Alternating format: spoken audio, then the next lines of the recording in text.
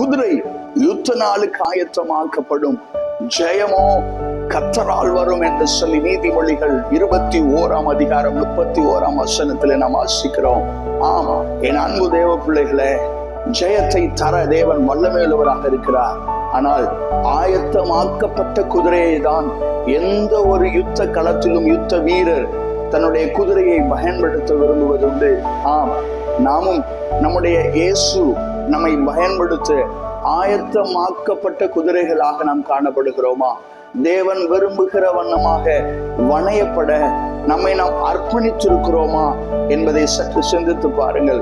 இந்த வருடம் முடிவதற்குள்ளாக நம்மை தேவன் முழுமையாக ஆயத்தப்படுத்த நம்மை நாம் அர்ப்பணிப்போம்.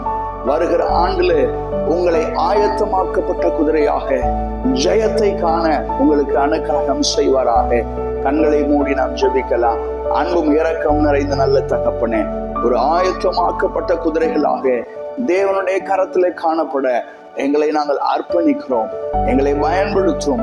ஜெயம் கர்த்தரால் வரும். ஜெயத்தை தர நீர் வல்லமை உள்ளவர். இயேசுவின் நாமத்தில் ஜெபிக்கிறோம் ஜீவனுள்ள நல்ல பிதாவே, ஆமென். God bless you. கர்த்தர் உங்களை ஆசீர்வதிப்பாராக.